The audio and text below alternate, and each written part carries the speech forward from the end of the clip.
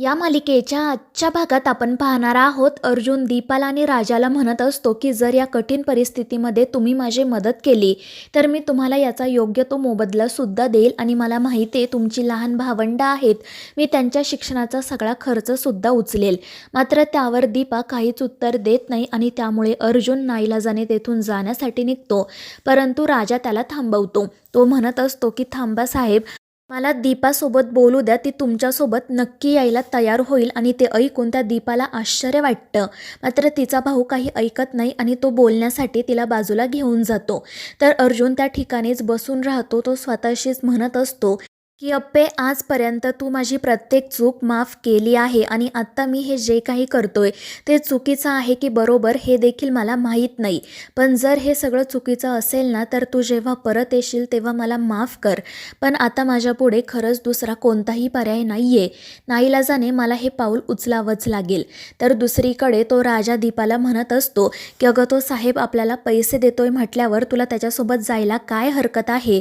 पण दीपा म्हणत असते की अरे दादा, तुला कळतंय का हे सगळं किती डेंजर आहे.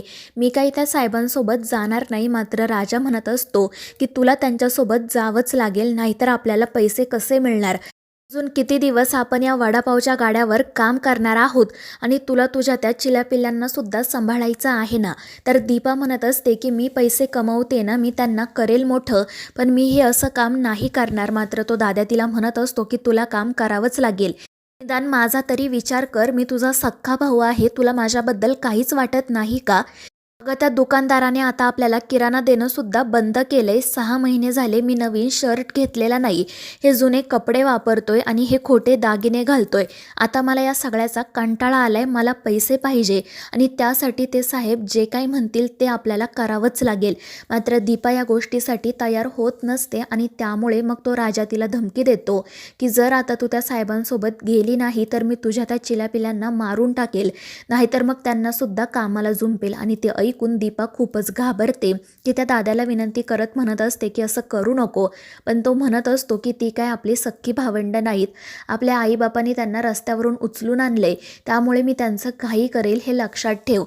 आणि त्याची ही धमकी ऐकून मग नाईलाजाने दीपा अर्जुनसोबत अप्पी म्हणून परत जायला तयार होते आणि त्यामुळे तो दादा खूपच खुश होतो. त्यानंतर मग तो ही गोष्ट अर्जुनला सांगतो. तर अर्जुन म्हणत असतो की मला हे सगळं दीपाकडून ऐकायचं आहे. आणि मग ती दीपा नाईलाजाने म्हणते की मी तुमच्यासोबत यायला तयार आहे. आणि ते ऐकून अर्जुनला खूप आनंद होतो. तो लगेच काही पैसे त्या राजाला देतो आणि मग त्यानंतर दीपाला म्हणतो की परत जाण्याआधी तुला अप्पी बनावं लागेल. आणि मग ते तिघेजण तेथून निघून जातात. दुसरीकडे आर्या आणि चिंचोके अर्जुनसोबत संपर्क करायचा खूप प्रयत्न करत असतात. मात्र अर्जुन काही त्यांचे कॉल्स रिसीव करत नाही.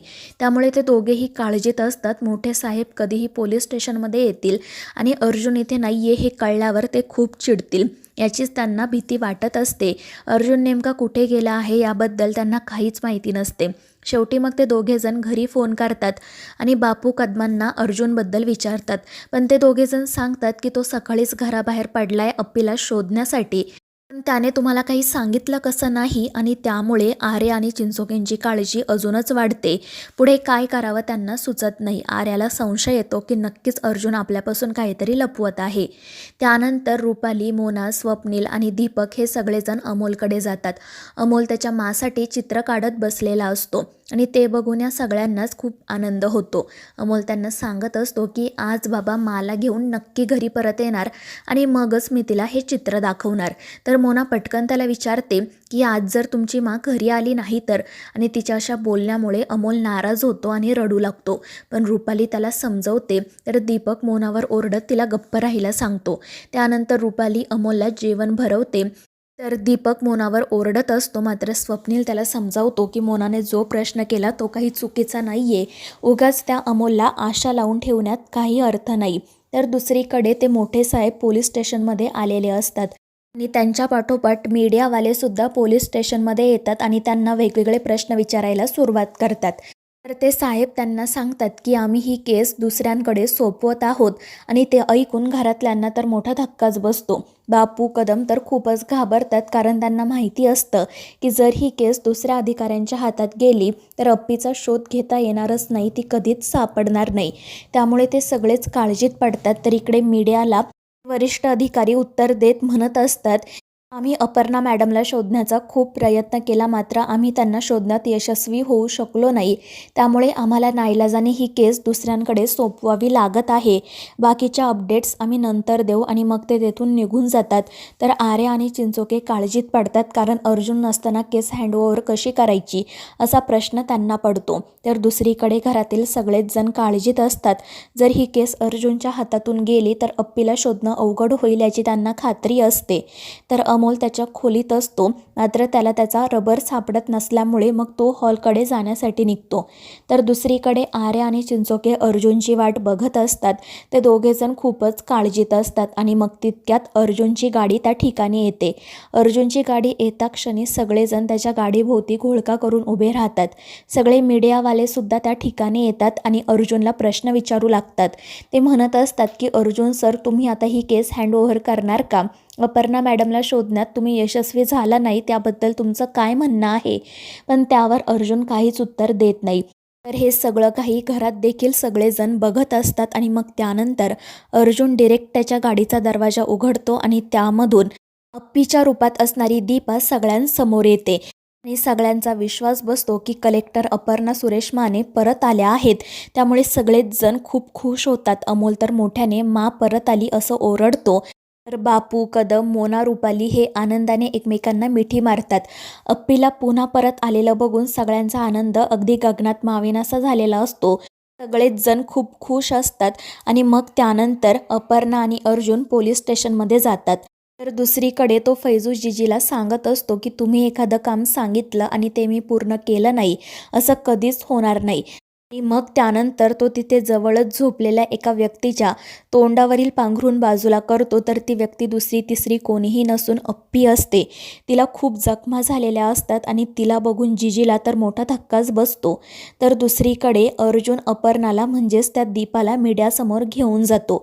मीडियावाले अपर्णाला वेगवेगळे प्रश्न विचारायला सुरुवात करतात आणि त्यामुळे ती खूप घाबरते. तर अर्जुन त्यांना म्हणत असतो की तुम्ही आत्ताच मॅडमला प्रश्न विचारू नयेत असं मला वाटतं, कारण त्या मोठ्या अपघातामधून बाहेर आल्या आहेत. तर ते लोक विचारत असतात, पण तुम्हाला मॅडम कुठे सापडल्या? आणि मग अर्जुन सांगू लागतो की अपघात झाल्यानंतर 2 दिवस अपर्णा मॅडम बेशुद्धच होत्या. ज्या ठिकाणी अपघात घडला त्याच ठिकाणच्या एका व्यक्तीने त्यांना मदत केली, पण त्या व्यक्तीने त्याचं नाव सांगण्यास मनाई केली आहे. त्यामुळे आम्ही तुम्हाला जास्त काही माहिती देऊ शकत नाही. मात्र अपर्णा मॅडमची तब्येत खूप नाजूक आहे, कारण जेव्हा त्या शुद्धीवर आल्या तेव्हा त्यांना पटकन माणसं ओळखता येत नव्हती. आधी त्या उपचार घेतील आणि मग त्यानंतरच तुमच्याशी बोलतील. आणि मग त्यानंतर तो अपर्णाला तेथून घेऊन जातो. चिंचोकेंना आणि आर्याला मात्र काहीतरी गडबड आहे असा संशय येतो. तर दुसरीकडे अपर्णाला त्या अवस्थेत बघून जिजी तर खूपच खुश होतो आणि हसतच म्हणतो की काय कलेक्टर बाई, काय झाली आहे तुमची ही अवस्था? मी तुम्हाला सांगितलं होतं की माझ्या मार्गात आडव्या येऊ नका, नाहीतर मी तुम्हाला कायमचं आडवं करेल. आता तुम्ही कधीही तुमच्या त्या नवऱ्याला, तुमच्या पोराला, तुमच्या कुटुंबाला भेटू शकणार नाही. आता आयुष्यभर तुम्हाला इथेच राहावं लागेल. आणि तो हसतच तेथून निघून जातो. अपर्णा मात्र बेशुद्धच असते. तर मित्रांनो, या मालिकेच्या पुढील भागांच्या अपडेट्ससाठी आपल्या चॅनेलला सबस्क्राईब करा.